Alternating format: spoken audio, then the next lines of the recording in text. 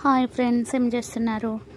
దొండకాయ నిల్వ పచ్చడి చేస్తున్నానండి. దొండకాయలు కట్ చేసి ఇట్లా బారుగా మీకు ఎలా నచ్చితే అలా కట్ చేసుకొని ఆరబెట్టండి.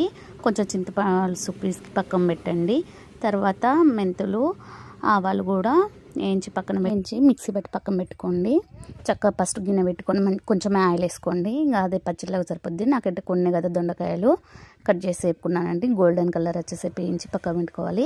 అదే ఆయిల్లో తాలింపు చేసుకోవాలండి. తాలింపు మంచి కుదరాలి. ప్రతిదీ ఏ పచ్చడికైనా పర్వాలేదండి, కర్రీస్కైనా పర్వాలేదు, తాలింపు మంచి కుదిరితేనే బాగుంటుంది. ఎల్లిపాయలు ఫస్ట్ వేయకండి. కరివేపాకు, పప్పు దినుసులు అన్నీ మంచి సమపాలన వేయండి. కొంచెం ఆగాక కొంచెం పసుపు వేయండి. తర్వాత మనం ఎల్లిపాయలు వేసేయాలండి. ఎల్లిపాయలు వేసాక ఫస్ట్ కలుపుకొని పెట్టుకున్నాయి చింతపులుసు, ఉప్పు, కారం మంచిగా వేసి మంచిగా కలపాలండి. కలిపాక కొంచెం ఇంగువ పొడి వద్దనుకున్న వాళ్ళే వేసుకోకండి. ఇంగువ పొడి నాకు ఇష్టమే, అందుకే వేసుకున్నాను.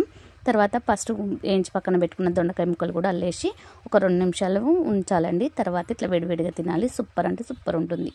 మా శ్రీవారికి కూడా తీసుకుపోయి ఇచ్చానండి, తిన్నాడు. సూపర్ ఉంది. ఒకసారి దొండకాయ నిల్వ పచ్చడి ట్రై చేయండి ఫ్రెండ్స్.